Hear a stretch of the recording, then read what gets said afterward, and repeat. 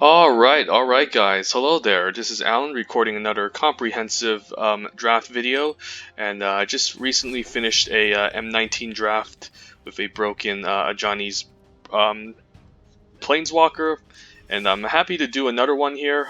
Since again, this is a nice throwback set that WotC is letting us play, and I never expected this draft set to come back to Magic the Gathering Arena since it's 2019, which is almost a year ago.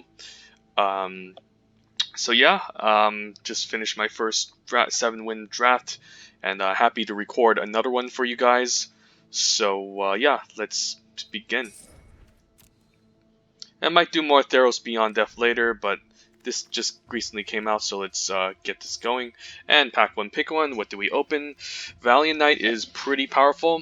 Just being able to give all your knights +1/+1 makes this a great Anthem effect. And then the 5-mana ability, making all knights, including itself, giving a double strike is pretty busted. So great rare, powerful rare. Great start to a draft, and haven't really played this card too much in my previous drafts in Coreset 2019, but I'm happy to try it out. It is also single color, so definitely a powerful build around, a great card to first pick, and a 4-mana 3/4 is already a solid body. So yeah, looks like a very good card. Looking at the uncommons, Militia Bugler is a good card too, just a nice 3-mana 2/3 that tutors up a small creature if you're looking to be quite an aggressive white deck. With Valiant Knight, is definitely a great card to be playing in that type of deck. Psychic Symbiont is your reward for staying in the black blue control deck. Just a nice evasive late game finisher. Win condition that you can use makes the opponent discard a card and then you gain a card. A powerful 2-for-1 for sure. Almost close to 3-for-1s, because since not only do you have board presence, but the opponent loses a card and you draw a card. So definitely a very good card to be playing if you're already in black blue, and first pickable, of course. Looking at the commons, we have Rabid Bite as a standout card, just a good removal spell in green, and the Aviation Pioneer, which rewards you with artifact synergies by making a nice 1/1 colorless Doppler token that you can utilize for your potential synergies. Sky Center is also pretty solid, just entering the battlefield, drawing a card is really good. But yeah, I think it would be a Valiant Knight, and if this wasn't in this pack, it would be either Psychic Symbiont or Rabid Bite. Maybe the Psychic Symbiont, since it's just so powerful, while the Rabid Bite takes a bit of work and setup. Even though this is a very good card, you do need good creatures to fight with, and green does have already some big creatures to fight with, and even some Death Touchers, so this is quite good. Yep, let's just take an easy Valiant Knights. Let's build around this. White is a good color. It's also tends to be quite aggressive, so let's go for it. And now what do we have in this pack? Not too exciting here.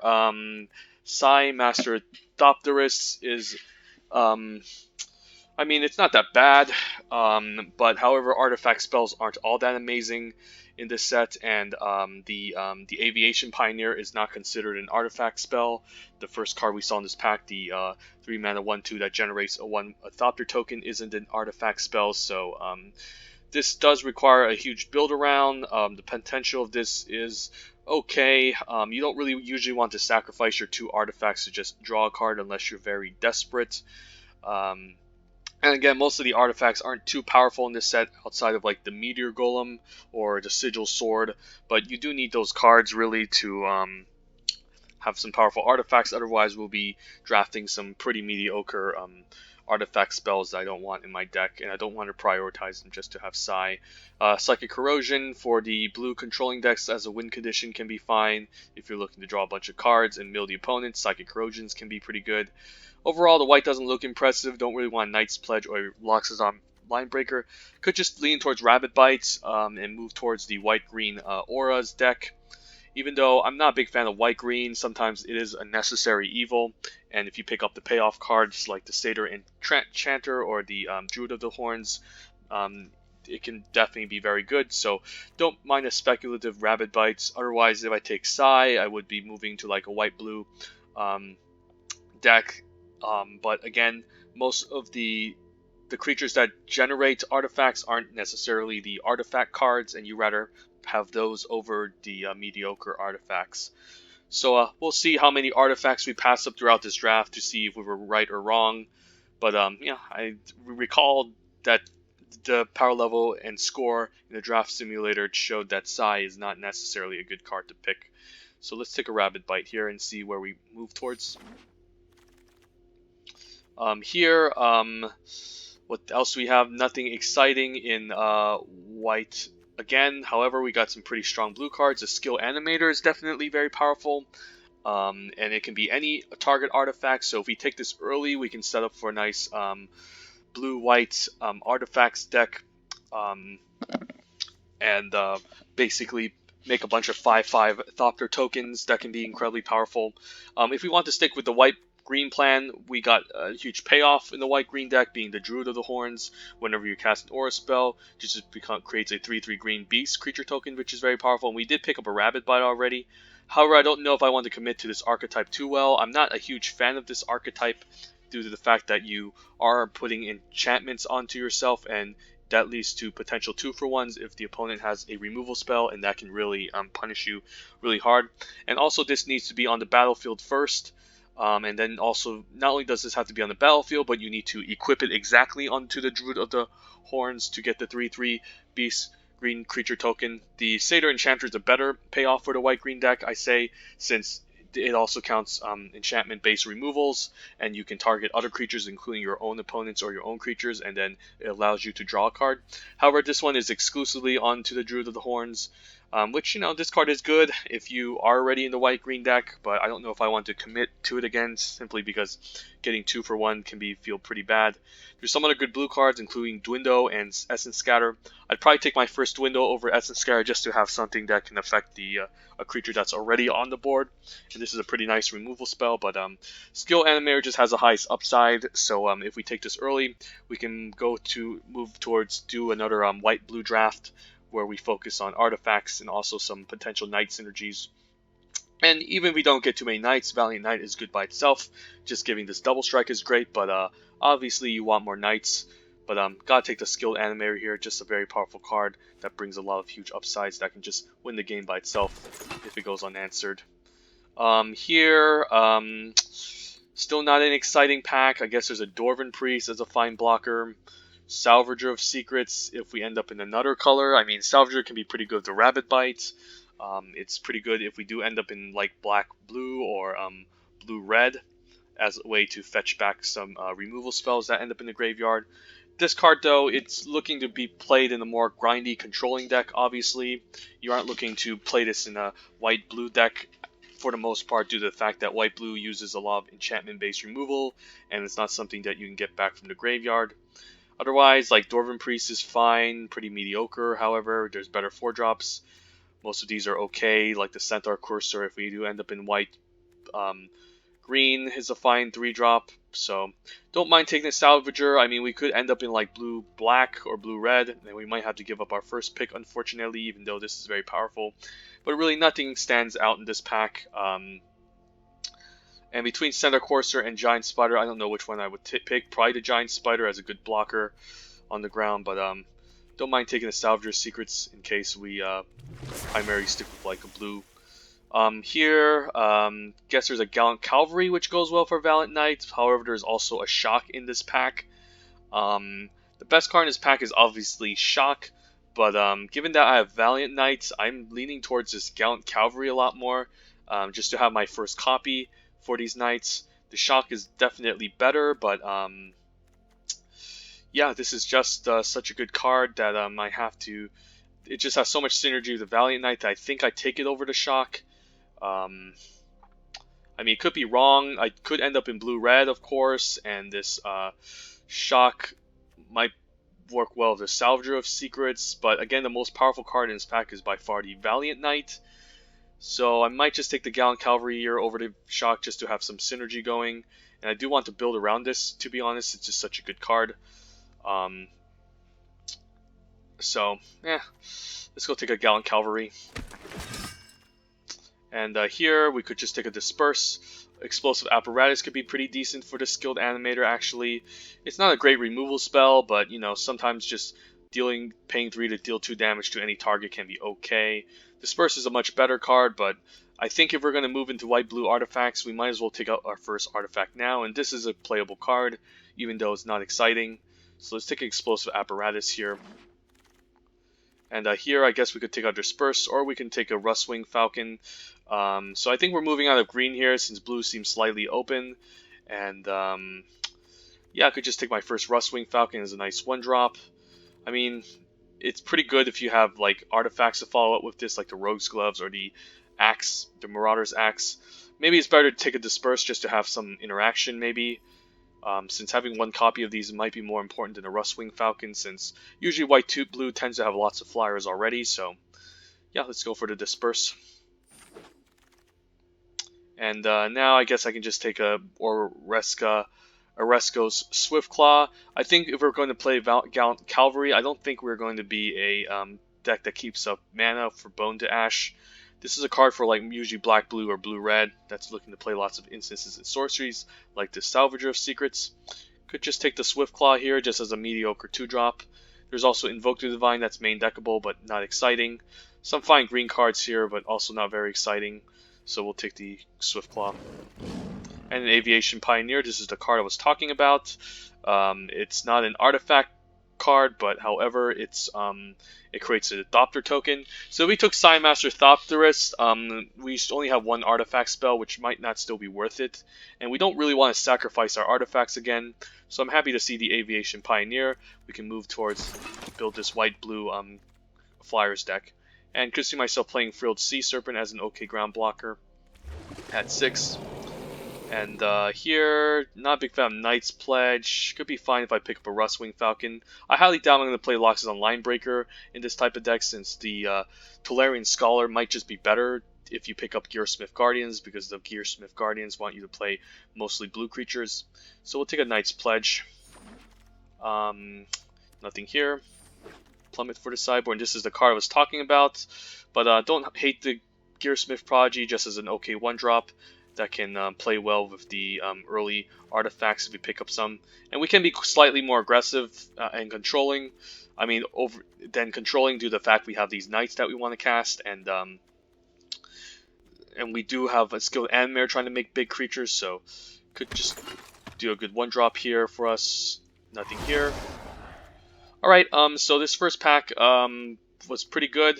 Don't think we passed up anything. I think it was the right call taking the Gallant Cavalry over the Shock just to keep the Valiant Night Dream alive. However, there weren't too many good white cards, however, outside of this Valiant Knight. Some of the red cards were okay too. There was a Shock, there was a Rabbit Bite, plus another okay good green card that I forgot what it was, but I mean, I think it was between like Giant Spider and Centaur Courser, so I mean, either way, I think we have a pretty decent setup for the white-blue artifact deck. So we'll move on. And did we get rewarded? Well, happy to see Lena. This card is a huge bomb. Oh my god. Yeah. Play Lena on turn 6, make 1,000,000 tokens, kill the opponent. And it's also a human knight, so it plays well with the Valiant Knight. So yeah, I guess this is the pick.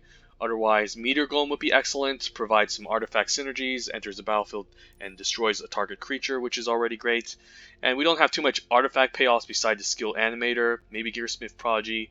But yeah, I think we are more focused on the knights, since the knight card tends to be a lot more powerful. But one can make the case for Meteor Golem. Another good card would be the Dwindle, I would happily pick. Even Wind Mage is fine, but better in blue-red, where you can pump this. But yeah. Guess I can cut this Frilled Sea Serpent, play Lena, the Selfless Champion. Great card. And Exclusion Mage seems great as a nice interaction spell and a creature all in one. Take Vengeance would be fine as well, since if we're looking to maybe sometimes win through the air, and the opponent's trying to kill us on the ground, this can be good. But Exclusion Mage just offers the body, the bounce, which is really good, and Field Creeper would also be fine too if you want to curve out into Skilled Animator, but definitely not taking over the Exclusion Mage. Another good cards include Lich's Caress in this pack, the Resembling Skeleton, but Exclusion Mage it is. and white-blue is still open. There's a Marauder's Axe. There's also Pegasus Courser, which plays well with the Swiftclaw. Plays well with our Valiant Knight, of course, Lena. So I'm leaning towards this Pegasus Courser, but meanwhile, while I say this, there's also an Aviation Pioneer, which looks really good since it gives us an extra Thopter token for the Skilled Animator. There's also Marauder's Axe that I could think about, but I think I prefer these two over it. So which one do I prefer, Pegasus Courser or Aviation Pioneer? Pegasus would give us another evasive wind condition in the air, nice 1/3 body that can leverage our ground creatures and fly across, while the Aviation Pioneer can give us a higher increased chance of getting a 5/5 Thopter token with the Skilled Animator, so I don't hate it. But I think the Pegasus Courser can offers a little bit more upside and diversity, since it's a 1/3, which is a pretty decent blocker, pretty decent creature to trade off, and can offer us another win condition in case like the Valiant Knight gets answered or Skilled Animator. We can probably give one of our creatures flying and start attacking past the opponent, and we can always pick up one more of these later. I think it's more essential to just kind of diversify to make our deck more balanced and well-rounded. So I think I'll take the Pegasus Courser here, but it is close. And Aviation Pioneer, again, there's also Divination, which is very good, but I think it has to be the Aviation Pioneer just to increase our hit chances with the Skilled Animator. Divination would also be really good. The Regal Bloodlord is excellent, but gotta increase the Thopter token count. And here, I guess I can take my Divination now. There's also Snapping Drake, which can be a fine curve filler at 4. Gearsmith Guardian can be fine at 5, but I think the Divination is a much more powerful card and something we might need just to ensure we don't flood out or get mana, or we find playables later. Mirror Image is also pretty fine, especially with Lena and Valiant Knight, but I think it's Divination here. In terms of flyers, we have 1, 2, 3. Not too many flyers, so Snapping Drake is a consideration, but I think I prefer my first Divination just to give us some card advantage. And here I can take the Gearsmith Guardian. Ray have a bunch of 3s, so I don't think the Shield Mirror matters too much. It's also not a Knight. Gearsmith Guardian offers us another artifact in the late game. It also is a 5/5 body, which is pretty important. So yeah, let's take it. Another Gearsmith, maybe. There's a second Swiftclaw. Could just take the Dwarven Priest here just to kind of fill a gap at 4. Just to put up a decent blocker. I might not play this Salvager, but it can be fine with Explosive, Divination, or Disperse. So yeah, I mean, we do have like Lena already as a curve topper. I guess I can play 2 of them. It doesn't hurt. And maybe abandon this Salvager of Secrets if I have to. And the Rustwing seems good here. I already have a Disperse, but I think the Rustwing might be important. How important though? I don't really have any artifacts to go along with it. But if I pick up like a Marauder's Axe, it can be pretty decent. So we'll take that. And do I take a second Prodigy? Could maybe use main deck of Revitalize just to gain some life. And now I don't mind the Field Creeper here, just to maybe give another artifact for Skilled Animator to animate. Wall of Mist would probably be my pick over this Field Creeper, but I just want to ensure I have more artifacts in this deck for the Skilled Animator early. Just curving out this on 2 into 3 can be very powerful. So we'll take it. And nothing here, pretty bad cards. We'll just put this on the sideboard. Okay, Pack 2 was okay. We picked up a nice bomb with Lena. We just need to ensure that we have some good 2-drops here to stabilize us from getting run over in the early game. Maybe some artifact equipments to enhance our flyers with to draw some cards or deal some damage.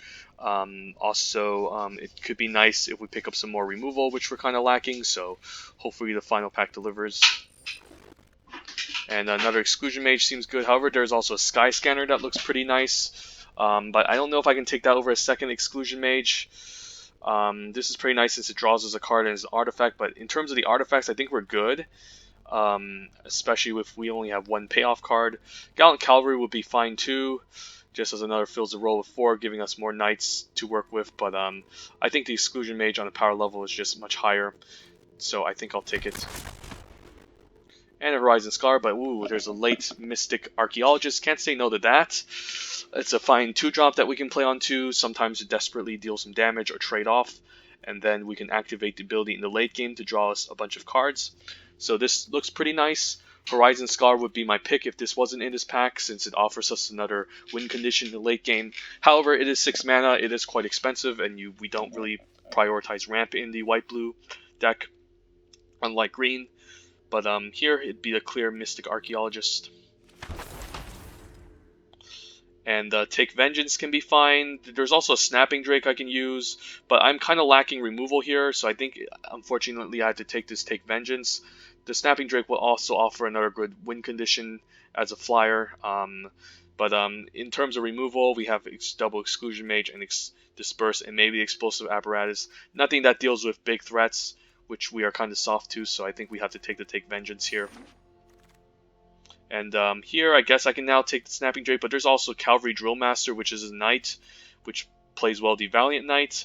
There's also Knightly Valor, which is also very good.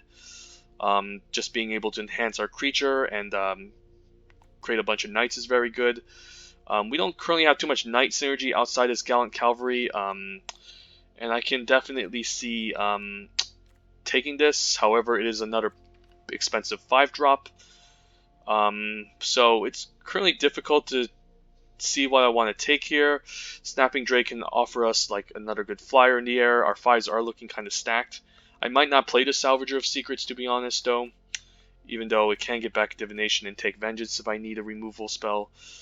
So it might just be the Snapping Drake here, unfortunately. The Knightly Valor only makes a 2/2 White Knight creature token, so it's not even all that impressive. So I think I'll take a Snapping Drake to have another extra flyer at 4. And a Wall of Mist, ooh, but Aerial Engineer, great payoff. Well, happy to see this. We did pick up a good number of artifacts now. And this does fill the 4-drop role, which was lacking. And definitely a great payoff for being in white-blue, so happy to see this card. And now I can take a Wall of Mist as a good blocker on 2. I have been quite impressed by this card. Do not sleep on this. 5 toughness is definitely very hard to get past, especially if you can land this early against a very aggressive opponent. Other good cards would include the Poison Tip Archer. Already have a Salvager of Secrets, don't think I need to play a second one. Totally Lost is just expensive Disperse, so we'll take a Wall of Mist. And another Take Vengeance seems like the clear choice. We just need to shore up our removal in these decks. And a Luminous Bonds, happy to see that. Also great card. And don't think I need to play a Tolarian Scholar, since I have a good number of 3s already. But don't think I'm playing Inspired Charge either, but I'll take it anyways for the sideboard. And I could end up playing double Wall of Mist over the Swiftclaw. It doesn't play too well with the Pegasus Courser, however, if I go for this direction. And I might end up cutting this Pegasus Courser, since I don't really have too many good ground attackers, but I'll take a second Wall of Mist. And I could just take a Mighty Leap, maybe. Cancel plays well the Mystic Archaeologist, but we're not that type of deck. So.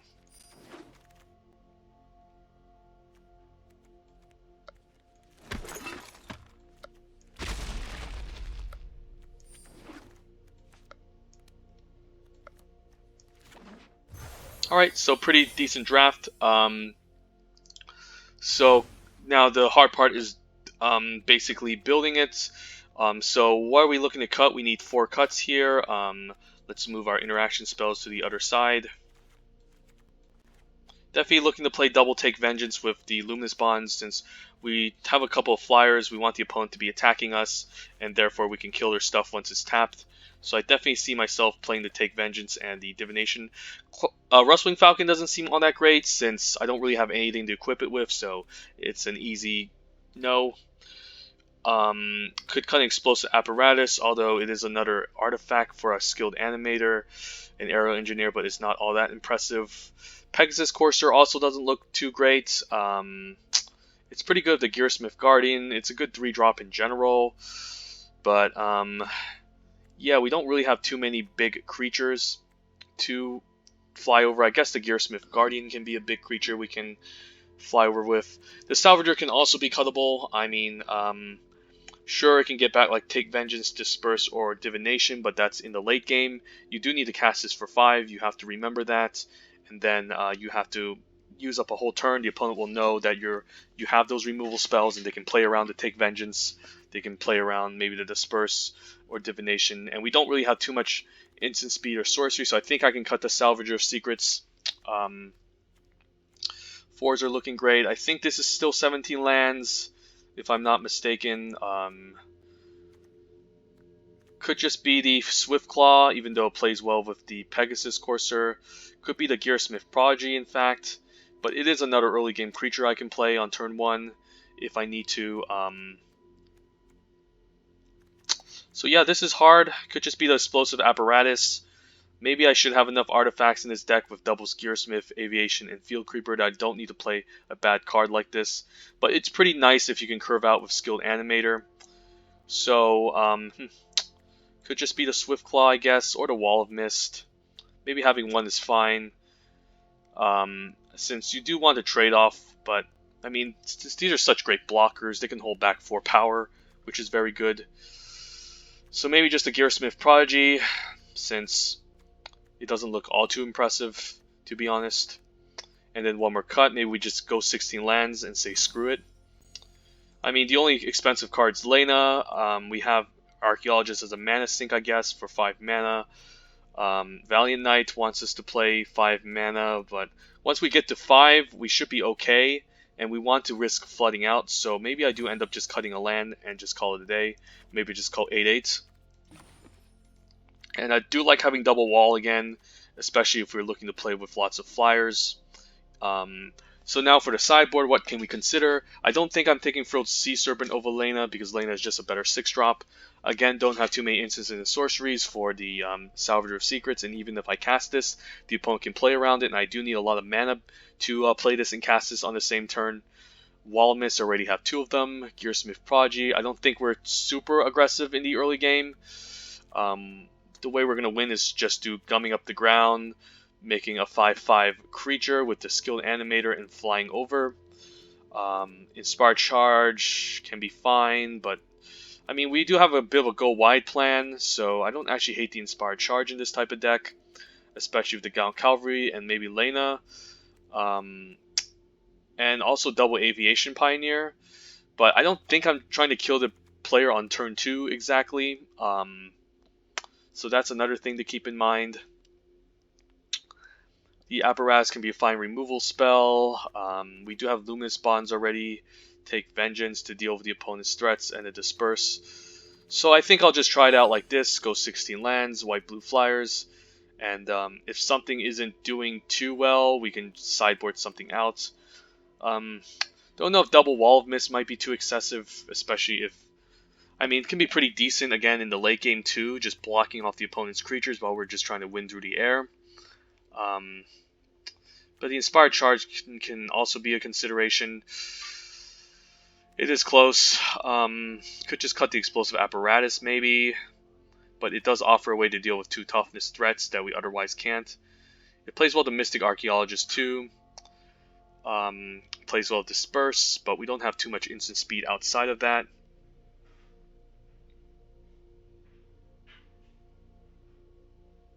And it is quite situational. And I guess we can already give our creature double strike with this. How many creatures are we playing? 18 to 6. So I mean, we could afford to cut a creature. Am I wrong to cut the Wall of Mist though? It's just such a good ground blocker, and we don't really have too many beefy creatures besides Gearsmith Guardian at the top end. That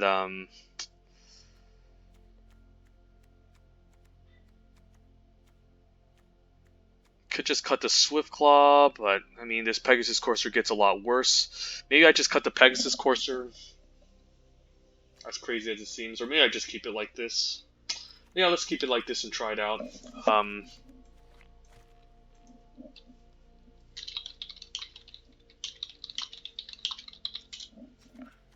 We'll put the Aerial Engineer as our picture, or Valiant Knight. Yeah, we'll take a dumb picture of this. This time we don't have a Johnny, but we have some pretty good cards and synergy, so we'll try this. I could also consider cutting the Aviation Pioneer, to be honest. Even though it does allow us to go wide with this Inspired Charge. I just think this Inspired Charge can do a lot of work in this deck if we get it going. However, I just don't know what to cut.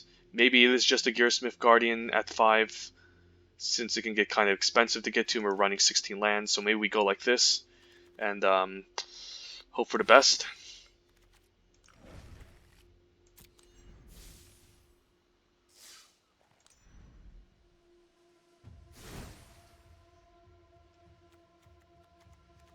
Yeah, let's try this out. Gearsmith Guardian is only good with Pegasus Corsair, but it's a decent ground blocker. But with double Wall of Mist already shoring up the ground, I don't think we need to care about it. And we're also playing 16 lands, so getting to 5 can be quite difficult.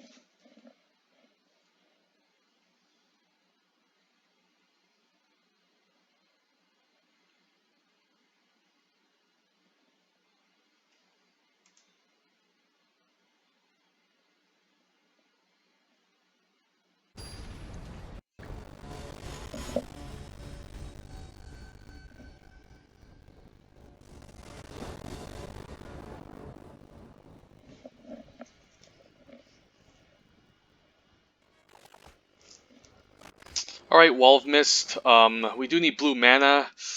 We're on the play. This is a little bit sketchy. Without blue mana, I think we're screwed, so I think we mulligan.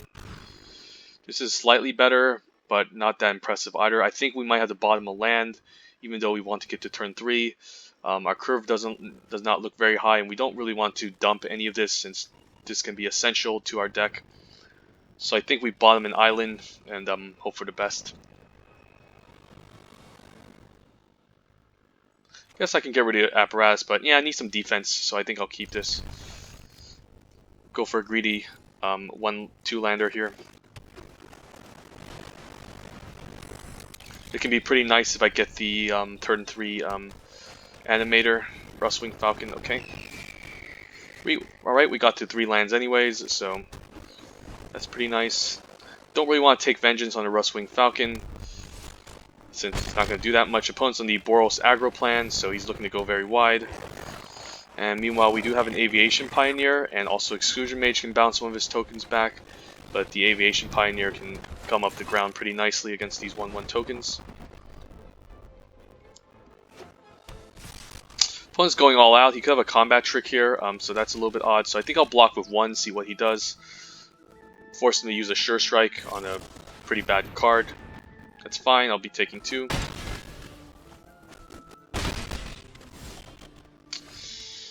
Could it be time? I guess it's fine using Exclusion Mage on the 1/1 token. We'll use it on the token just so it goes away. And I'm fine attacking him for 1, since I don't really want to trade for a 1/2 Rustwing Falcon.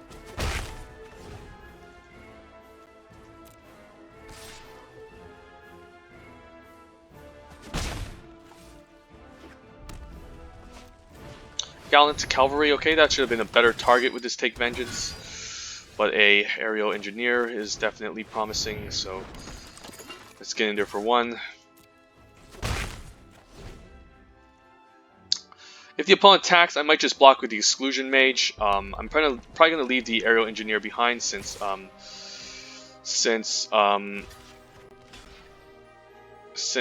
he, I mean, if he has Inspired Charge, this can be pretty bad. So probably has an Inspired Charge, Sure Strike would be pretty bad here. I do want to leave out the Explosive Apparatus, so I think I'll block like this, take the hit, and leave up the Explosive Apparatus next turn to deal with any pump effects that the opponent is trying to use.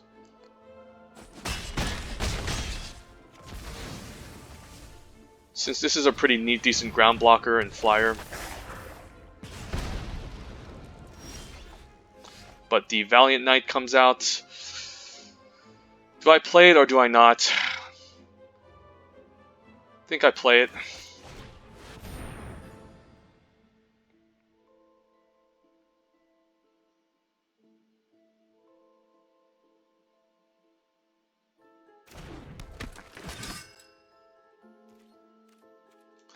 The opponent could just be baiting me here. He could have a Trumpet Blast, I guessed. Militia Bugler, sure. Now I guess I can keep up mana for this explosive apparatus. Opponent misses. So it's probably a sure strike here that he's holding up. So I'm not going to block here, because this obviously implies it since his attack is too strange with 2 mana open. Here I could bounce the token, but I think I will keep up the explosive apparatus this turn just to prevent for him from sure striking me, or the exclusion mage. Yeah, never mind. This is fine. I think we can just bounce back this token, get rid of it, and then we should be fine on the ground. And we'll say go. Could have attacked for 4 since I knew he was keeping up sure strike, but I do want to keep up blockers. Still no blocks since the sure strike seems to be active. Another Rustwing Falcon, sure. And a Pegasus Courser. I think I'll keep it up this turn and we'll just say go. Don't think I want to attack here.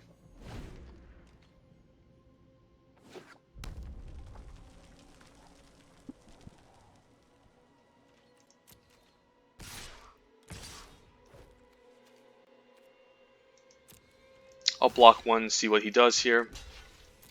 Could be bluffing. But I will finally, I'm fine using this explosive apparatus to get this out of the way.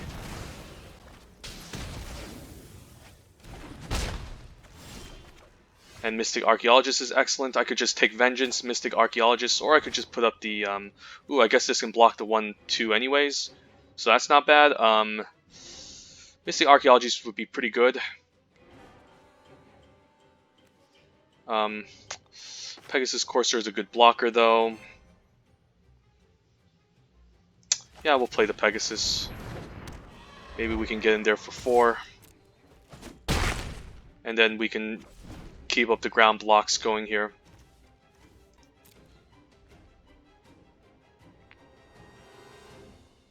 Could have a Luminous Bonds here, I guess. A Fiery Finish, wow. Well, I have good ground blocks here anyways, so don't think I care. Should have Fiery Finish the Aerial Engineer. Okay, and now the Skilled Animator looks pretty exciting. I can turn this into a 5/5, so do I just attack?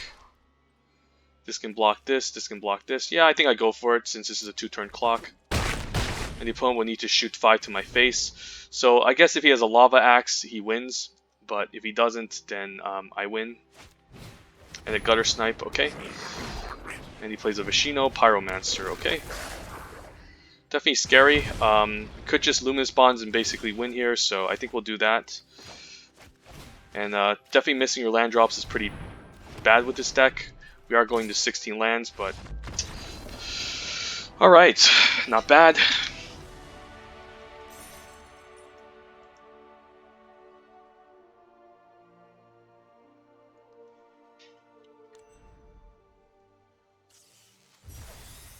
Now that I think about it, I think we might have to go 17 lands. I do like Inspired Charge, of course, but it's just that if we keep missing land drops, we're going to have an issue since we want to activate the Mystic Archaeologist. Lena is expensive, and yeah, we just want to keep activate the Explosive Apparatus, so it might be a problem going 16 here, so let's move to 17. I think we just kind of got lucky that match, to be honest. So yeah, let's do 17 lands, try this out.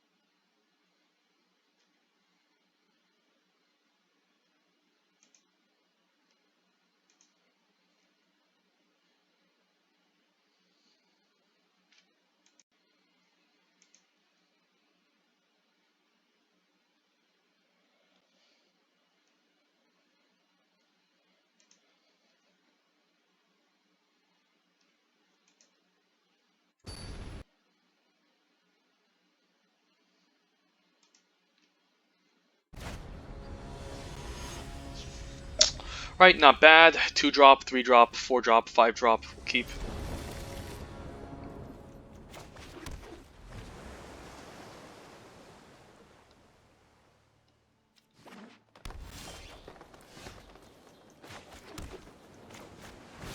Do I want to Exclusion Mage next turn?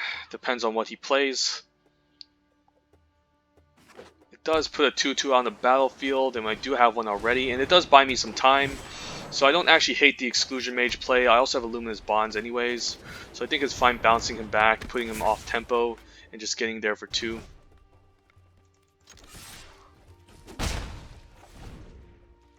Since I don't want him to ramp up into anything big anytime soon, I do want to kind of put him back behind a bit. Right, so next turn he would be able to play something here. The Snapping Drake can start clocking him for 3 in the air, which is pretty nice.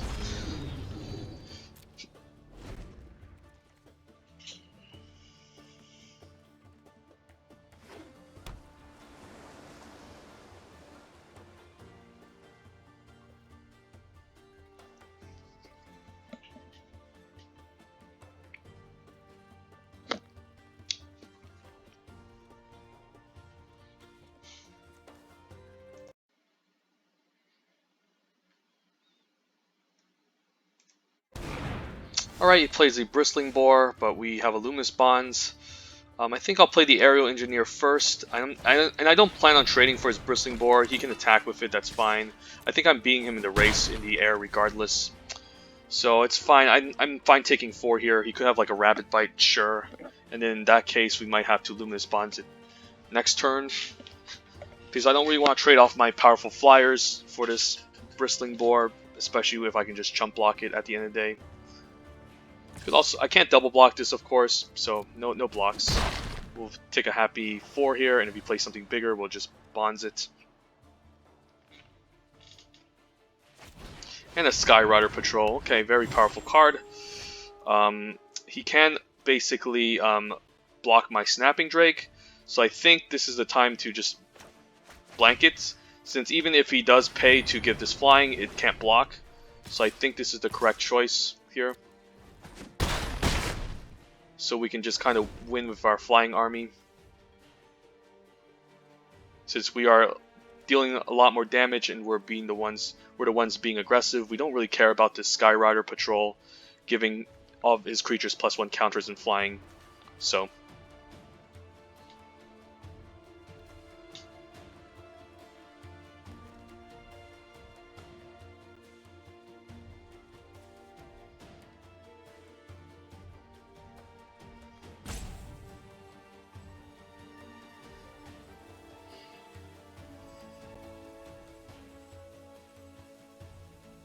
now, a play opponent could consider is maybe bouncing my Field Creeper and blocking the Aerial Engineer next turn if he has an interaction spell. So I might play the Aviation Pioneer over the Gallant Cavalry even though it's off curve. Since if he holds up Disperse and he ambushes me with the Bristling Boar, that can be a huge problem. So I think the right course of action next turn would just to be to play the Aviation Pioneer. And also provides a 1/1 creature and an Oaken Form. Okay, so this is a good chump block here. I'm definitely going to chump block with the Exclusion Mage, but the opponent just passes. Okay. So I guess I could just play my Gallant Cavalry since the opponent is all tapped out and he's playing defense. Yeah, I could just play the Cavalry just to be mana efficient. Of course, I could consider playing the Aviation Pioneer since the opponent's at 1. But yeah, we got there.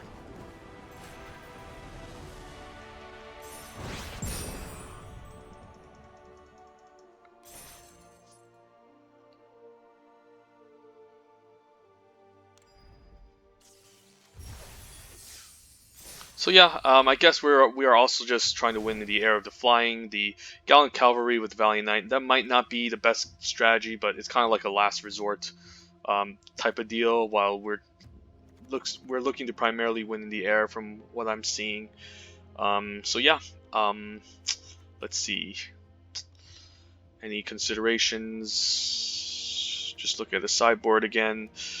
Yeah, I think this is it. There's also Mighty Leap I could consider over like the Swift Claw, but the Swift Claw does provide us with a decent 2-drop that can trade off in the early game. This is our curve, if we take a look at it. So yeah, so our curve looks good. I don't think I need to cut anything, I don't think, for a Mighty Leap, so let's try to hit a home run with this draft.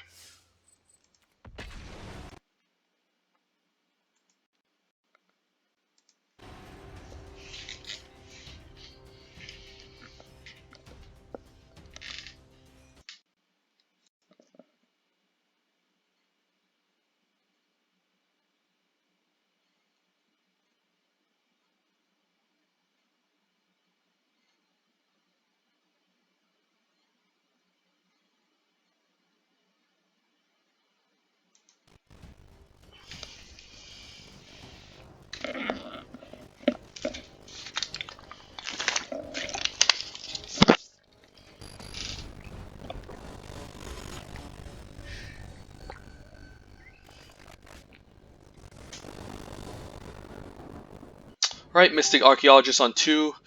Could just play Wall of Mist, of course, to block, take Vengeance as defense. I think this is a good keep. Do need to get to 5 mana to cast this Mystic Archaeologist and use the ability, so I might just leave the wall. However, the 2 power might deal some damage if he doesn't respect it, so don't mind dropping the Mystic Archaeologist. The 2 damage could matter if he doesn't play anything here. And it's possible. And he doesn't have it. He could have a Take Vengeance. Do I play around that?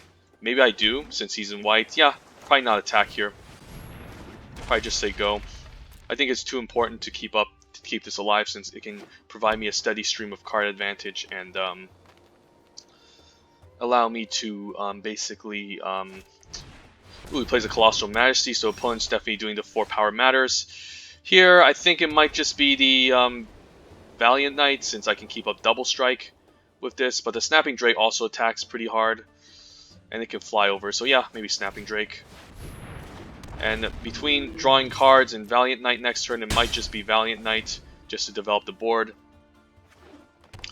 Opponent is going to play a 4 power matters card, obviously, and probably just leverage the card advantage here. Transmogrifying Wand, okay. So I guess that card can basically turn this into a 2-4. Alright. But it's still a creature nonetheless. Do I play the Valiant Knight? Could just keep up the Mystic Archaeologist, and if he uses it, I guess it's a good reason to keep up and use the Mystic Archaeologist end of turn, since he's most likely going to use it on the Archaeologist, because he doesn't want me drawing a million cards, and I can respond by drawing a million cards. Okay.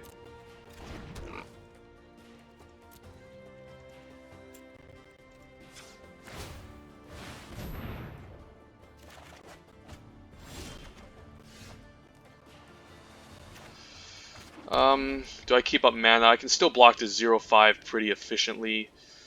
Yeah, I don't mind just drawing cards here. I mean, the Valiant Knight's just going to get transformed if I play it. So I think I'll wait until he uses the wand on the Bristling Boar. On the Mystic Archaeologist. I just want to get a lot of value out of this. And it would have been nice if I had the counter spell up as well, but I think for now we just do this. And I can just block this Bristling Boar, of course, and if he enhances it, I can take it and then just use Take Vengeance. Opponent just plays a Mana Lift, okay. Revitalize, alright. So that's pretty interesting. Please use it. Alright, so we definitely got rewarded for keeping up the mana with Mystic Archaeologist, because now he's just going to transform this into a 2-4 boar. But now we have a lot of mana up. Don't think this skilled animator. Could play Lena, but Valiant Knight looks really strong here.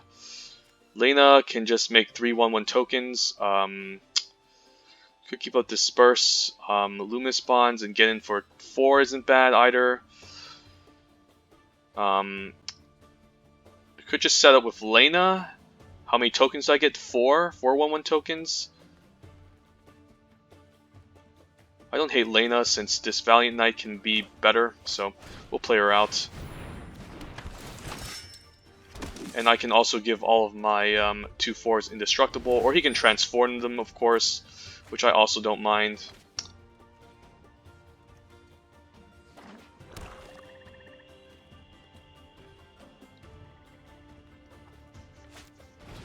Gas Spark Twins, okay. I can definitely lock that one down.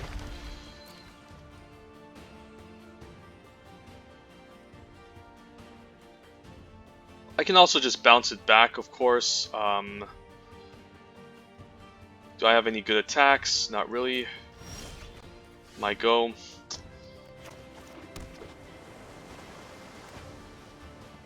Let's think here. I could just Luminous Bonds and draw cards. I could just draw cards and Luminous Bonds. Yeah, let's draw cards first. And then we can Luminous Bonds, I guess. This 7-drop.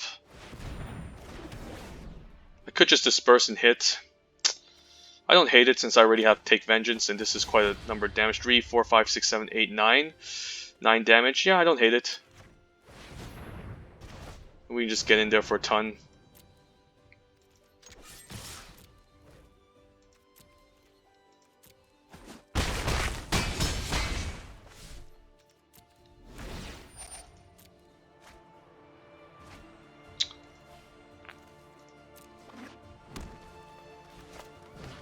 Gargoyle Sentinel's an okay blocker, sure. He can only activate this as a sorcery, so he would need to use it now if he wants to get something out of the way.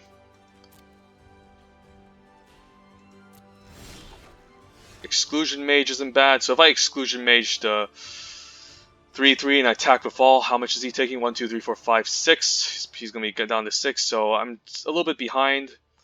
So in a sense, I think I should just develop the board for now. I could just do it now, I guess. It's not that bad. Yeah, I mean, it's a lot of damage. We'll just go for it. And yeah, let's bounce this Gargoyle Sentinel back. And let's just get in for 1,000,000. And if he wants to kill Lena, that's fine. I'm happy trading off the Bristling Boar for it and dealing a shit ton of damage to him. Opponent's at 2, so he definitely needs to go wide here.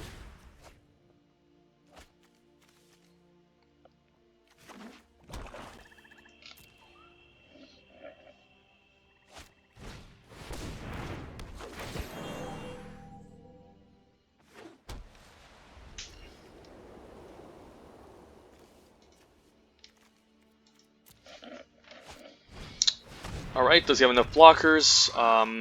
He can chump block the 5/5, 3/3 can block a 1/1 or 2/2. It's still not enough, I don't think. So he needs to transform this Elvish Rejuvenator or this Gas Spark Twins into a 2/4.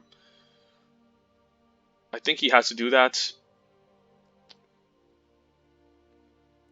Not a big fan of this card, to be honest, but I mean, sometimes you just need to get rid of a bomb. Alright, that's fine. I don't think he has enough blockers still, does he? He can block here, he can block here, he can block here. There's still 3 damage. Infernal Scarring. I mean, still 3 damage. So if he blocks here, he blocks here, he blocks here, it is still lethal, so I think it's just game over.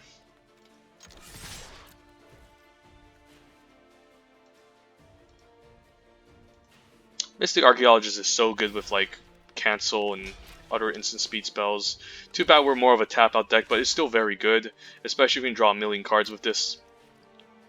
But it's a card I would prefer in a late game with this deck, this type of deck, since we're more of a tap out style. So.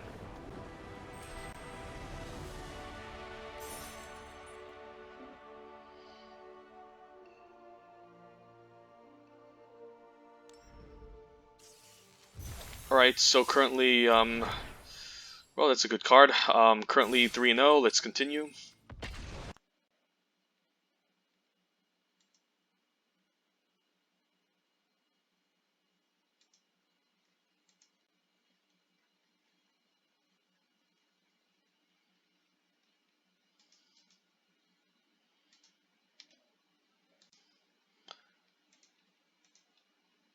Alright, pack 1. What do we have? We have a Mystic Archaeologist, Wall of Mist, and Divination. I think this is good. The question is, again, do I leave with the Mystic Archaeologist? Probably not, since... Ooh, that's not bad. Since I prefer this in the late game, I want this to survive. So I might just leave the Wall of Mist here. Even though the opponent is double blue, well, I can't attack past the Surge Mare anyways, so we'll just leave with a Wall of Mist. In worst case scenario, we don't draw a land, we play out the Mystic Archaeologist. Opponent's also in blue-white, Militia Bugler's a good one. But misses. Okay, let's play the Mystic Archaeologist. Missing a land drop does hurt, but we need to play something. And next turn, if I get a land, I think I'll play the Divination just to ensure that he's probably gonna use this to draw a card. So I might have to take 2 here because I don't really want him to essentially loot, but it could be okay since he might have to just use the mana. So I'll let him loot.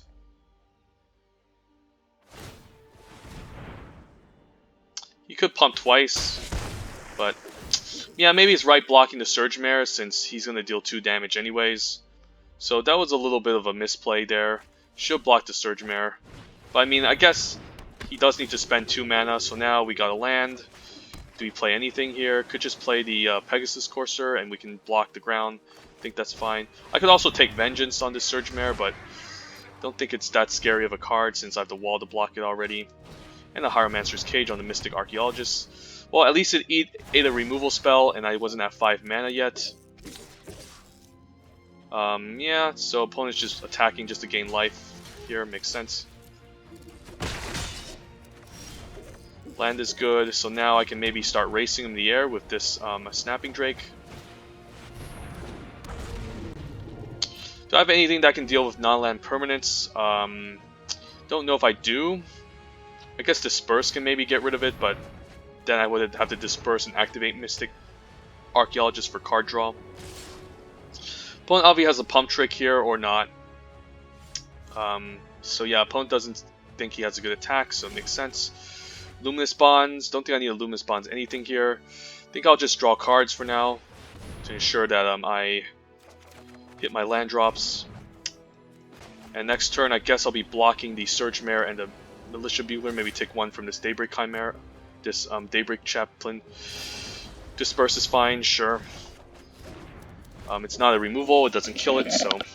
And a Sif to draw a million cards, sure. So we're definitely playing the card advantage game. The opponent could have some scary bombs, obviously. Opponent just attacks just to kind of free roll some life gain, makes sense. Could just play Lena here, could just play maybe I think Snapping Drake is fine for now. Yeah, we'll play the Snapping Drake. Play it slow. I could just kill it, but I don't really want to take Vengeance to Daybreak Chaplain. Doesn't seem that scary of a card.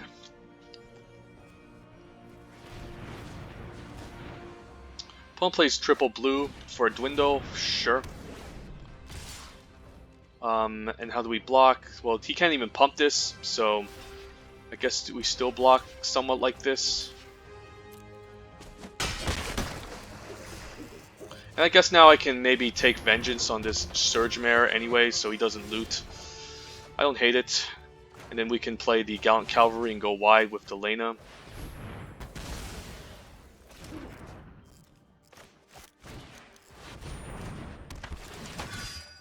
In terms of attacks, I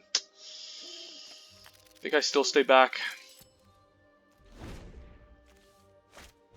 And Aerial Engineer, that's a good card I can use to lock down. With the Luminous Bonds, of course. Now, I think I'm happy. Do I need to bounce anything back? Not really. I mean, I could get an extra token, but I think the right call would just to be attack with the Pegasus and the Gallant Cavalry here, since this has Vigilance. And then I can use Lena to go wide and give everything indestructible if he goes for an all-out attack. So we'll just do this. It's just such a powerful card. And he could have, like, I guess, Cleansing Nova, but I can give everything indestructible since they all have power less than Lena.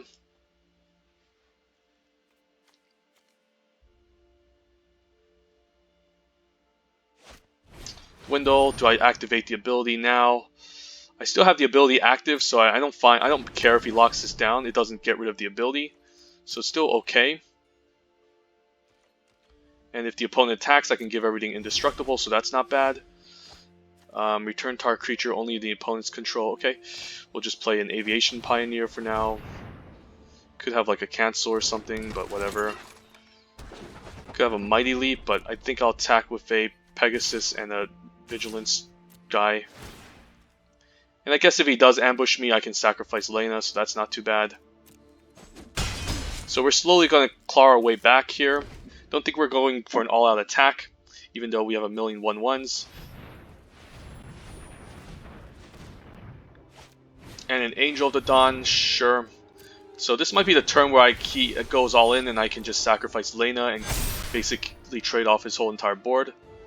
We'll see what he does. And he goes for the attack. Okay. Alright, let's do the blocks.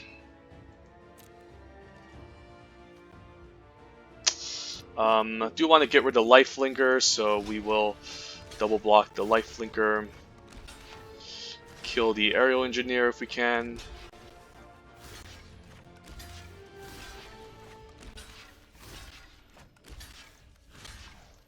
So 5 blocking here, 4 blocking here. Can I kill anything else? I guess I can block here. And then might as well throw the 1/1 in front of it. In front of this, since it's going to gain indestructible anyways. So I think this is correct. Sure.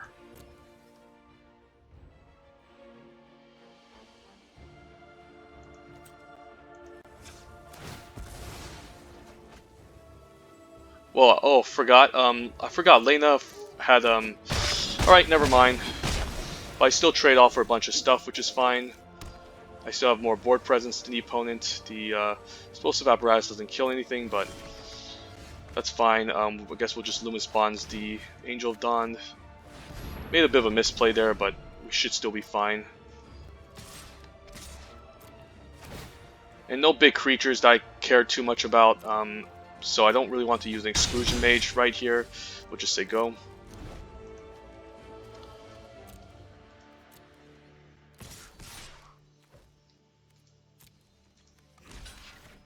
I think I want to kill off the Shield Mare, so I think the block will be like this.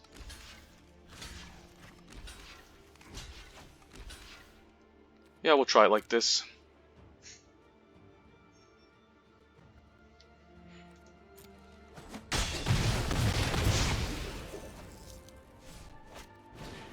And a Surge Mare, but I can activate the Explosive Apparatus to get it out of the way.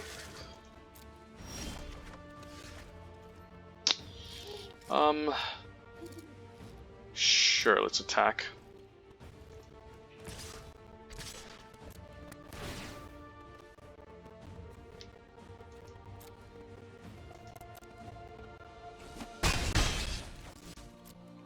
Definitely gonna block the Surge Mare here. Could just block the Militia Bugler and kill it with the Explosive Apparatus as well.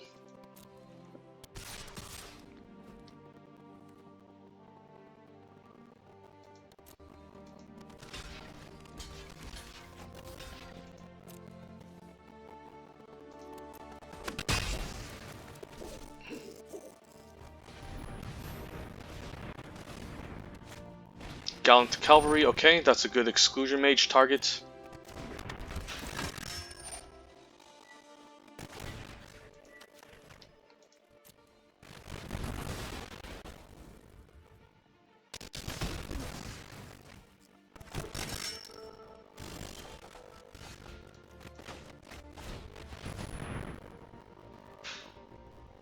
Guess he has a counter spell here.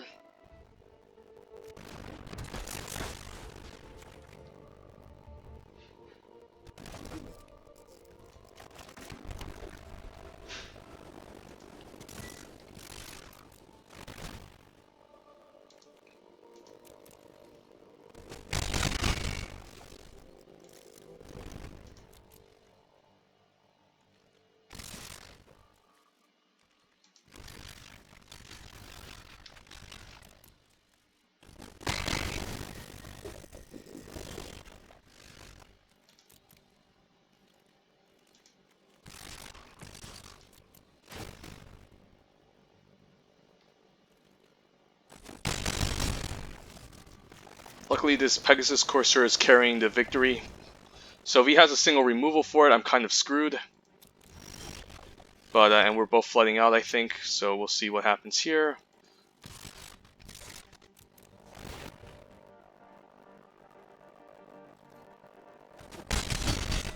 Play out more of our lands. 10, 11, 12, so 5 more lands in the deck. We are playing 17 lands. The Valiant Knight hits the battlefield, very good card. Let's play him out. Does he have a counterspell? Probably. Alright, sure. At least that's gone for now.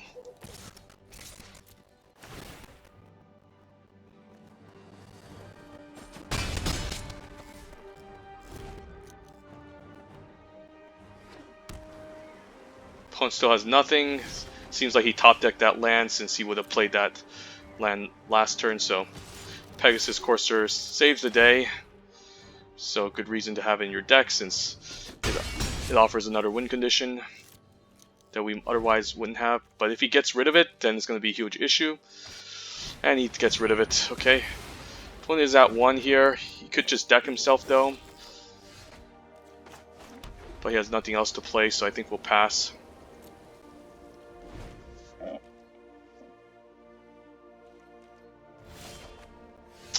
And we are flooding, but thank God the opponent is also flooding, so opponent's gonna deck first. He has a Revitalize, but he's using it to gain life and to draw. Okay, Frilled Sea Serpent. I already had my Luminous Bonds used, so he might just steal the game here. But an Aviation Pioneer looks good. And if I pick up a Skilled Animator, I can hopefully win this. But another counterspell off the top, so really close game here. Guess he can just start clocking me with this 4 damage. And he should be able to kill me, if I'm not mistaken. Field Creeper, that's not going to do it. Maybe I messed up with the Lena turn since Lena had -3, -0. It didn't give my creatures indestructible like I thought, but I think I should have still blocked that turn. And Tezzeret. Jeez. Create a million Thopter tokens. What else? Draw a card. So opponent's definitely not going to try to deck himself here. Could just disperse. Huh. Huh. This is interesting.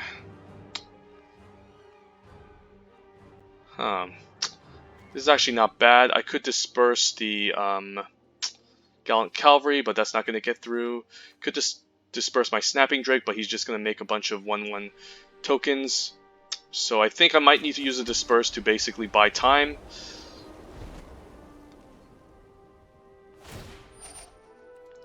I made you a gift.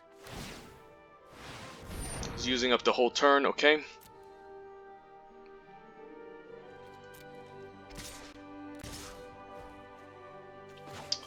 Let's do it now, so he can't replay it. And he needs another land off the top to do it.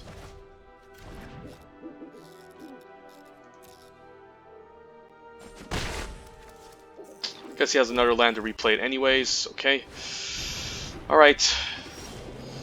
Ooh, Exclusion Mage, that's very good. What does the ultimate do? You can emblem and search your library for a permanent card, put in the battlefield, tap, draw a card.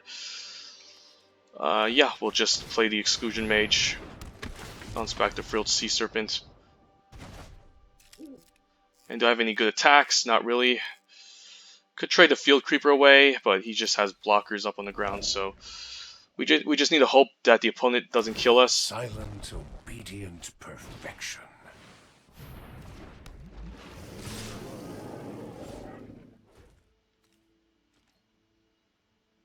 So if he does 2 to me this turn, he'll go down to 7.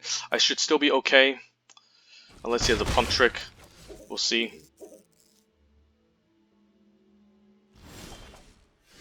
And another wall, not going to do it, but I'll play it.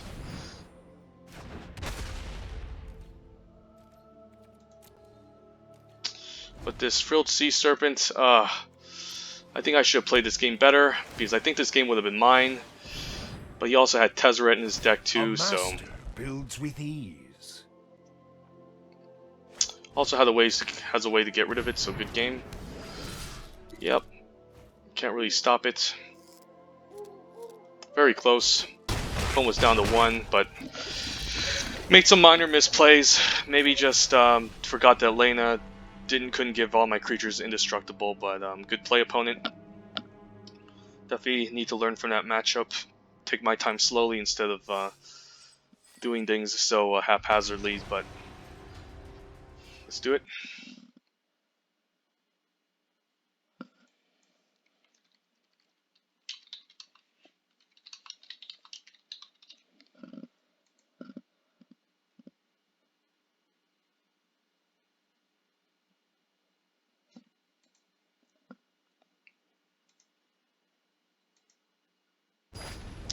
Alright, not bad.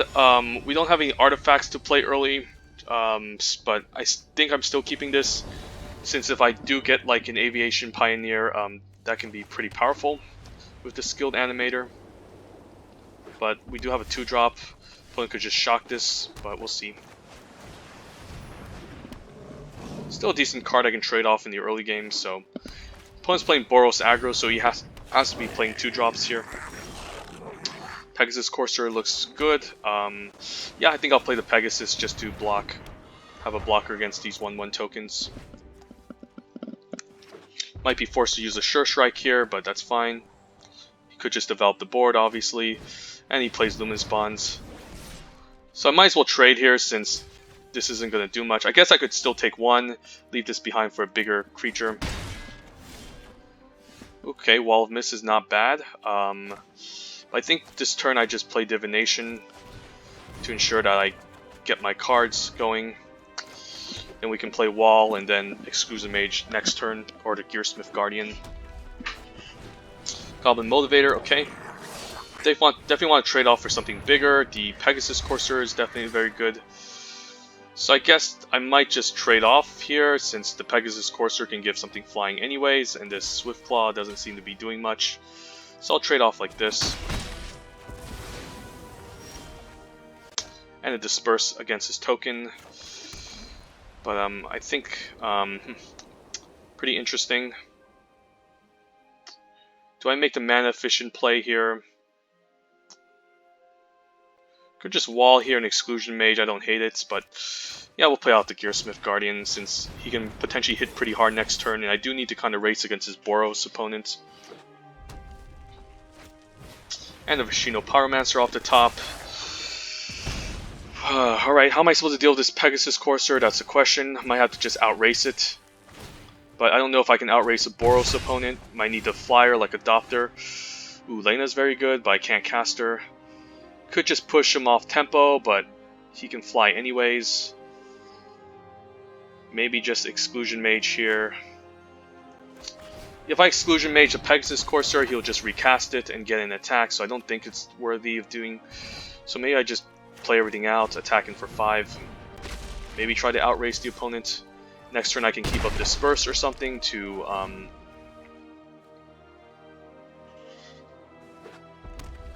deal with this Pegasus Courser, but Heroic Reinforcements off the top. Okay, definitely have to trade here. I'm definitely trading for his Goblin Motivator. I think he should have traded for the Goblin Motivator, to be honest.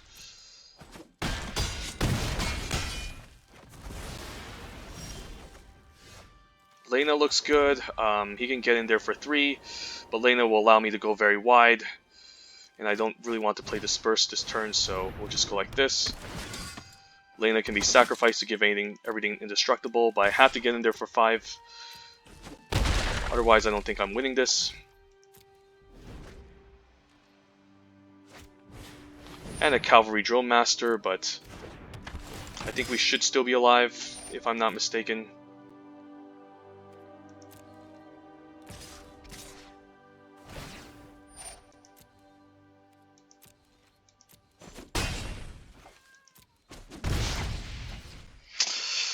Alright, the opponent has 3 creatures on the board. I think I need to attack with all, force them to chump block, and then the Disperse.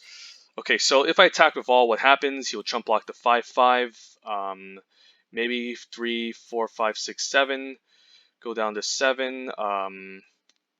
And he still has some creatures to swing back with. But I do need to get an attack, I think. And I do need to disperse this Pegasus Courser next turn before he gets an attack, since he can give it flying. So I think I might have to attack with all. I have one blocker back behind. I might just leave one blocker back since I have 3 to block. Next turn he'll have 4 creatures to attack with. I should have the wall, this, and 4. So yeah, I think it's fine attacking with all except 1.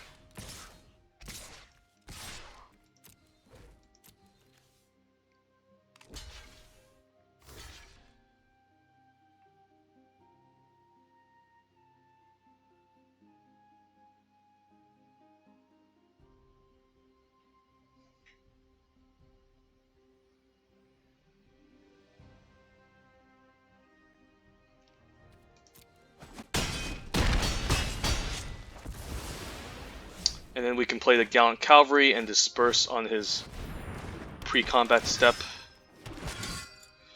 And we'll pass our turn.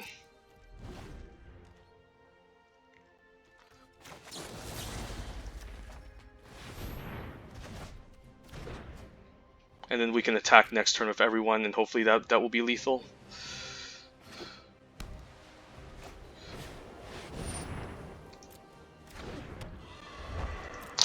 Alright, whoa, Aerial Engineer is not bad. So if we attack with all, he's going to chump block the 5/5, block the 3/3, block a 2/2, 1, 2, 3, 4, 5, 6. So still not quite enough.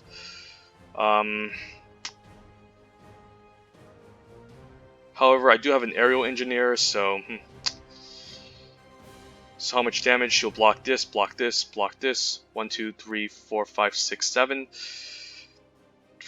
1, 2, 3, 4, 5, 6. Still think I go for it. Otherwise, I don't know how I'm going to win this, so we'll just attack with all. And my creatures are also on Vigilance, so...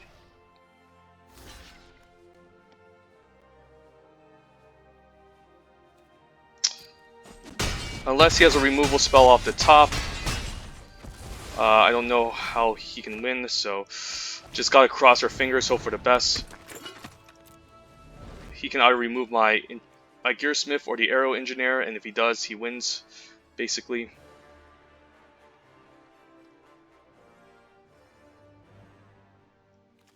So very close here, wow.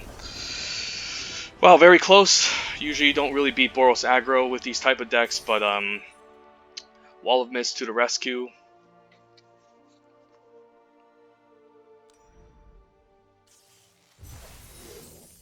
And currently 4-1. Let's keep playing.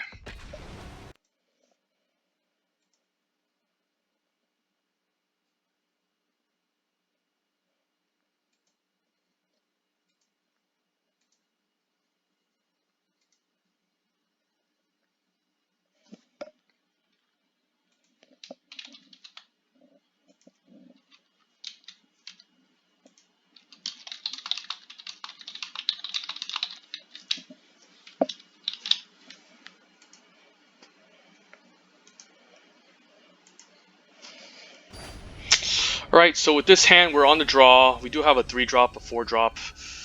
Hopefully we don't get run over, but I think this is a fine keep. The Exclusion Mage can buy us some time and tempo if need be. Opponent's in green, okay. Green, blue, okay, so that tends to be quite aggressive too, but it's a little bit slower than Boros aggro.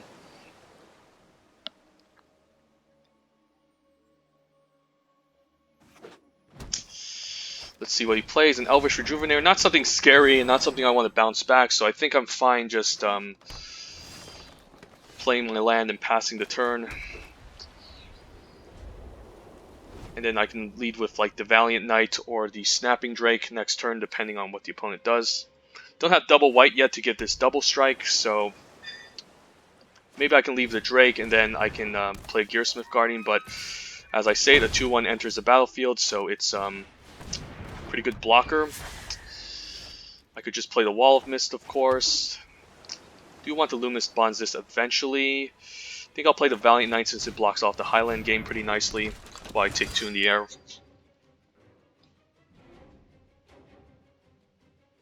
And I can always lock this down later or bounce it back. And a Divination, okay. Might have to lock this down, just taking too much damage from this could hurt.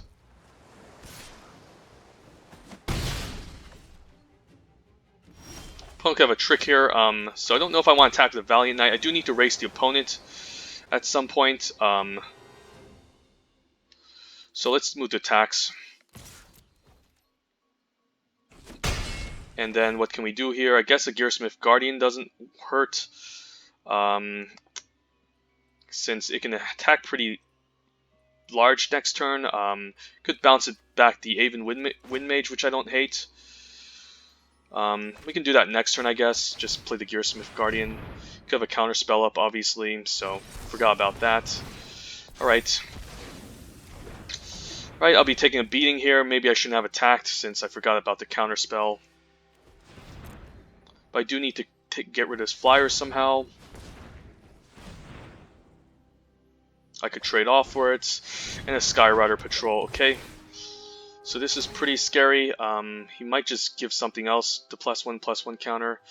And he gave it to the Highland game, so not looking good here. Guess he can just recast it next turn and start giving counters.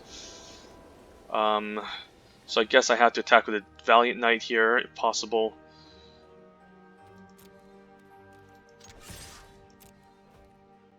Could just double strike this, but nah.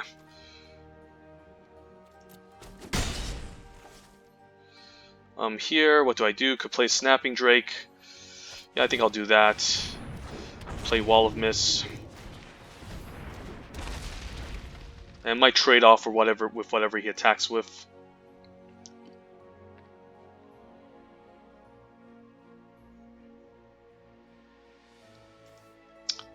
Don't know how I'm going to kill this though. It's going to be a bit challenging. Luminous Bonds doesn't seem too good against it. He could have a removal spell here and he has a Disperse. Alright, so I don't think we're winning this one. Just the Skyrider Patrol is giving the opponent too much value. Could have considered playing around Essence Scatter, of course. But definitely not beating this. I'm down to 1, 2. Alright, yep, good game.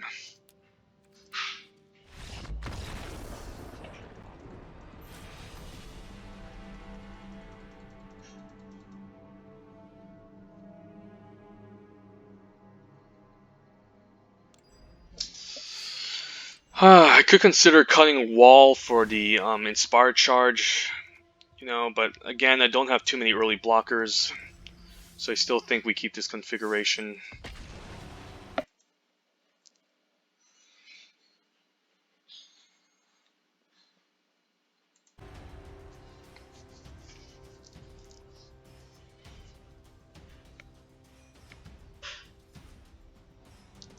Skyrider Patrol is a pretty gross card, not gonna lie.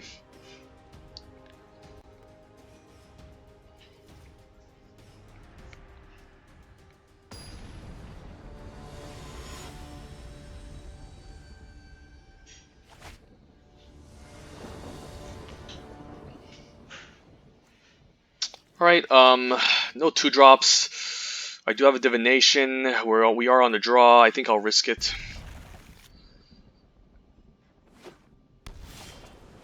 Ooh, Field Creeper, not bad. So hopefully I can get to the Ancient Animator, maybe. Opponent's also playing in an Artifacts type deck, so blue-black counts as one of them.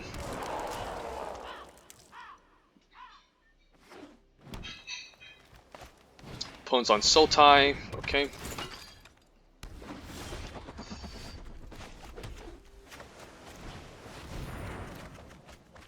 Nothing here. Could Exclusion Mage next turn. Not going to attack, since this doesn't really trade too efficiently. Opponent could just attack me for 2 here. Next turn I can just play out Snapping Drake and start racing him.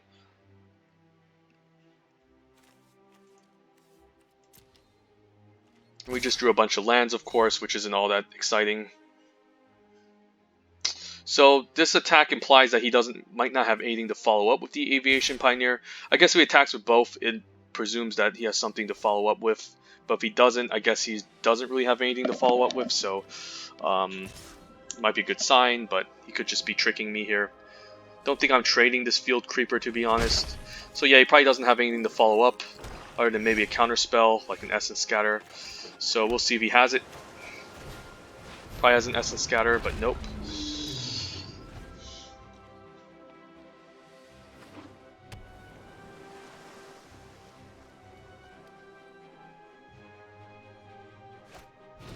Gearsmith Guardian, that's a fine creature I can bounce back with. I could just put a wall in front of it, but I think I'll just develop my own Gearsmith Guardian and attack him for 3 for now, just to kind of pressure him. And then I can use the bounce spell next turn on the Gearsmith Guardian, and then I can get in for 5, force the opponent to chump block. I could also consider a trade here, but I think I want to be a little bit more greedy. Just being able to deal more damage to the opponent is important, and putting him behind on tempo. Since my flyer hits a little bit more aggressively here, I don't want to bounce back the Aviation Pioneer since he can just make another Thopter token. And another Gearsmith Guardian. Okay, so this is going to be a difficult one. Do have a Take Vengeance off the top, which isn't bad, so I think I'll play that. And then now we can play the Exclusion Mage here on this 5/5. Then we can get in for a ton. I don't mind attacking the Field Creeper now since I already have the Gearsmith Guardian as a artifact. If he trades, that's fine. I do want him to take a lot of damage, so we'll just go in like this.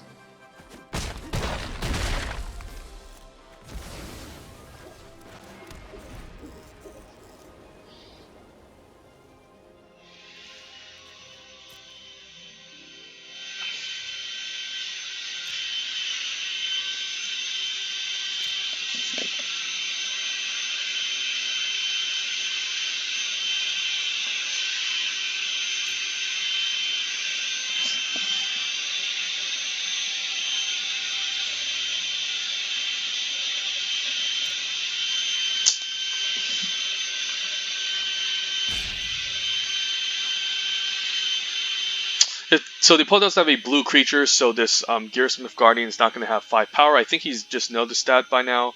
So if he does play this, I'm free to attack next turn, which is pretty nice. One plays a Thornhide Wolves as a potential way to block this off. But then again, we have another Exclusion Mage, which is nice. And this time I think I'll bounce the token, just because he might be forced to chump block this 5/5, which is really nice here. Opponent just takes it. Wow. He does not care. Okay. There's no board wipes in Sultai, so I don't need to care about anything here. Just develop my board.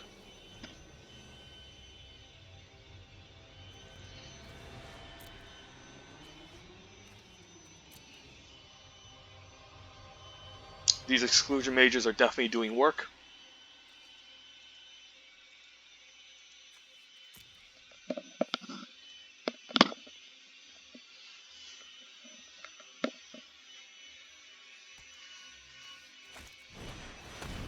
Macabre Waltz might be too slow for the opponent, but he might just be playing it to get the Aviation Pioneer to make bodies.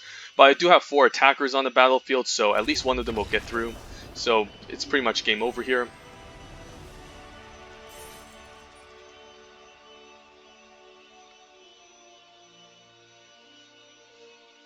I'm kind of rethinking the second wall. I mean, I don't know if I have that many flyers to get through. Wall is, again, a really good blocker, but in terms of flying, I have 1, 2, 3, 4, 5 flyers. So, I mean, this walls are pretty good 2-drops, no doubt. I could consider cutting them for a Mighty Leap, in fact. I don't know. It's one of those decisions. I don't know if it's going to cost me the game by having 2 walls. They are very important in the early game, of course. So, yeah, I just hate coming back and forth going over this draft. But having just walls consistently in the early game can prevent me from dying to aggro.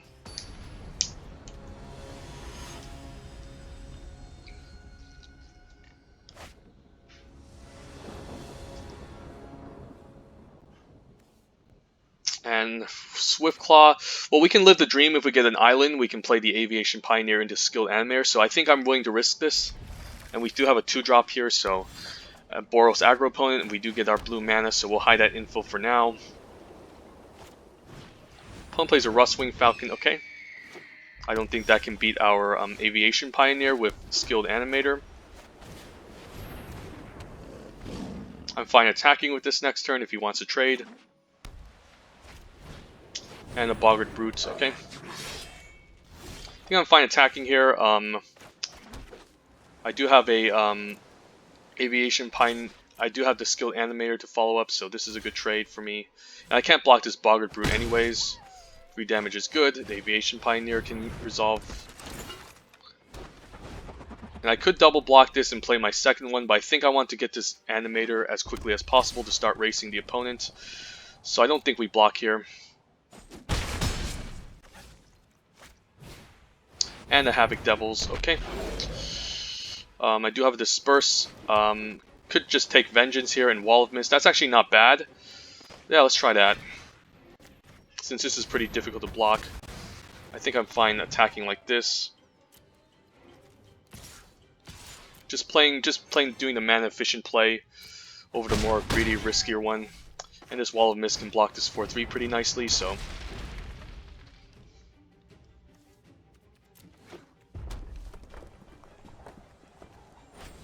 But he plays a Mighty Leap, okay. Opponent's gonna get in a ton of damage, sure. And he goes for a Trumpet Blast right off the top. Wow. That is definitely some greedy plays.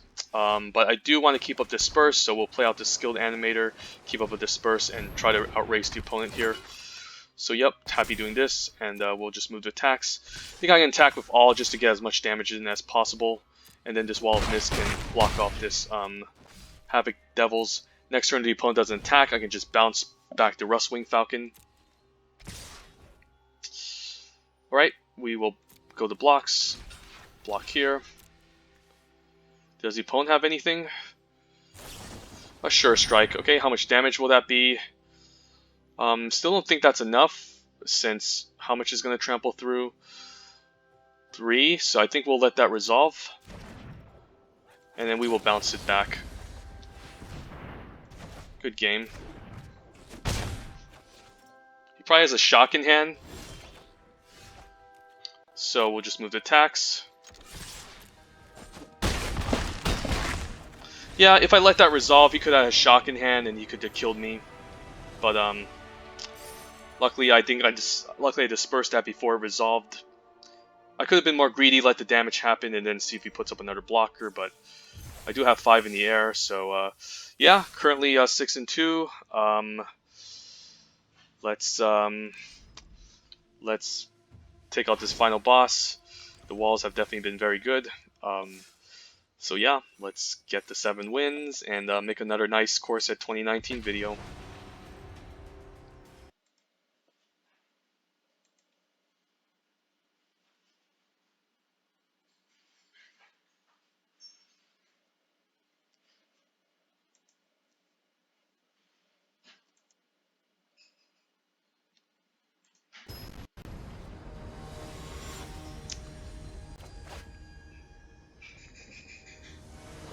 Alright.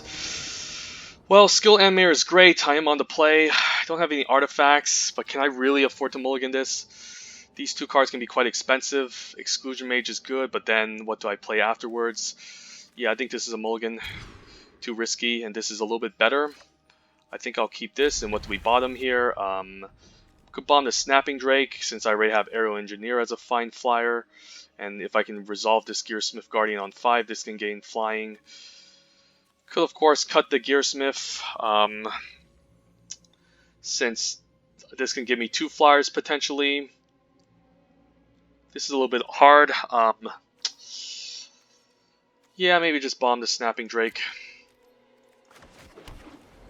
Could be a misplay, I don't know. I do want to get the 7 wins, since I worked so hard for it. Opponent's also playing in blue. And I'm fine developing the Mystic Archaeologist right away, just to maybe squeeze in a little point of damage if possible. Opponent's on double blue, could have an Essence Scatter Up, a Surge Mare to block, and also loot. Okay, well, I'm promising to see a field creeper, so now I can curve out into the aerial engineer really nicely. And if the opponent taps out, I mean, opponent's probably holding up an essence scatter or something, or a cancel. But I do want to resolve this to start chipping away damage at the opponent. And black-blue is definitely pretty difficult to deal with in this set, since they have all this great removal and stuff, but I guess we can resolve this now. And I guess if we get to 5 mana with double blue, we can start activating the Mystic Archaeologist, which is great. But we do have card draw already with Divination.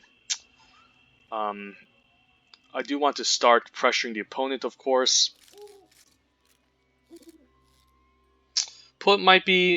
A trick the opponent might be using is maybe keeping up like Strangling Spores.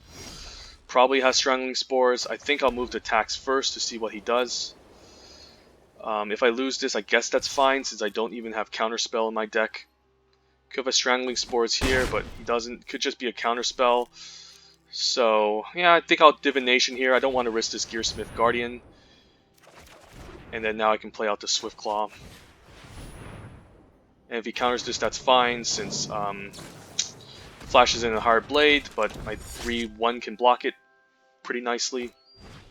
Opponent plays his own Wall of Mist, okay.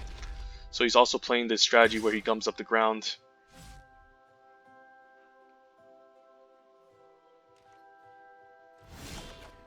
Ooh, Gallant Cavalry. So he probably has an Essence Scatter. I believe he should have one, so I might just keep up Mystic Archaeologist and draw cards end of turn. Don't know if I need to develop the board, though. I could just bait it out, of course. Don't hate it. Maybe I can bait out with the Gallant Cavalry.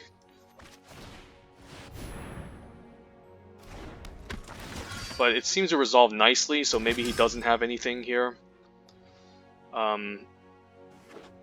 And black-blue doesn't have any board wipes. Lena's great, so I could just attack with the aerial. And then play out Gearsmith, get that countered, and then I can play Lena, basically, go wide and kill the opponent. It'd be pretty sad if he kills my Mystic Archaeologist, though, but I guess that resolves. Okay. So we might just win this one and get 7 wins, hopefully.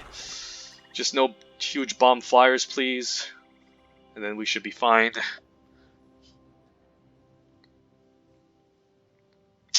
And if he kills this Mystic Archaeologist, I'm going to be a little bit sad. But he switcheroos just to draw a card, makes sense. But I guess it's time to pressure him, if that's the case. I think I'll play Lena first, since he's all tapped out. Make a million guys, and then just attack with everyone and see what happens. Alright, and he concedes. Okay, awesome. 7-win video. Pretty happy recording 2 Coreset 2019 drafts. Both blue-white flyers. And yeah, getting the nice 7 wins. Let's take a nice photo of this. Pick up our rewards. Just do a practice draft here. Pack 1, pick 1. Coreset 2019, what do we go for? Pretty bad pack. I think I'll be pretty disappointed if I opened up Sun Cleanser in this deck as a pack 1, pick 1, since you don't have too many 1/1 counter synergies, yeah, there's no real 1/1 counter synergies. It will probably be between Surge Mare and Savager Secrets. Probably just a Surge Mare, since it's an upgrade over the Wall of Mist, which has been quite an overperformer as a great blocker in this set, and it can help you loot. So pretty decent card, but overall pretty unexciting pack. And here, ooh, Patient Rebuilding is a bomb. This card is pretty messed up. If you can resolve this card and basically just play a control deck, you can just mill the opponent out and at the same time draw cards yourself. And yeah, it's another great win condition in a blue deck where, you know, you aren't looking to win by damage, but just playing a very controlling game where you just mill the opponent, draw building cards, keep up counter spells, gum up the ground, and go from there.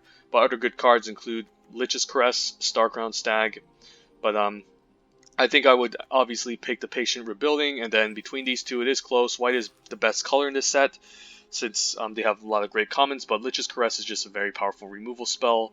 Just kills a creature outright, doesn't ask much of you, so probably Lich's Caress after the Patient Rebuilding, but yeah, both cards are very good. And Theros Beyond Death, what are we going for? Pack one, pick one. Pretty bad card. Nylea's Intervention is pretty crappy. Between Heroes of the Revel and Incendiary Oracle, they're both close. Hero is fine, just as a decent curve topper that could create a 1/1 token in case you want to go wide or sacrifice it with Final Flare. But Incendiary Oracle is a nice 2-drop. Been pretty impressed by this card since it can not only trade up, but can exile creatures when it kills something. So yeah, so there we go. 2 nice 7-win videos for Coreset 2019. Might upload a Theros Beyond Death draft later, but in the meantime, COVID-19 is still out, so enjoy your free times at homes and stay tuned for more content. Have a great day.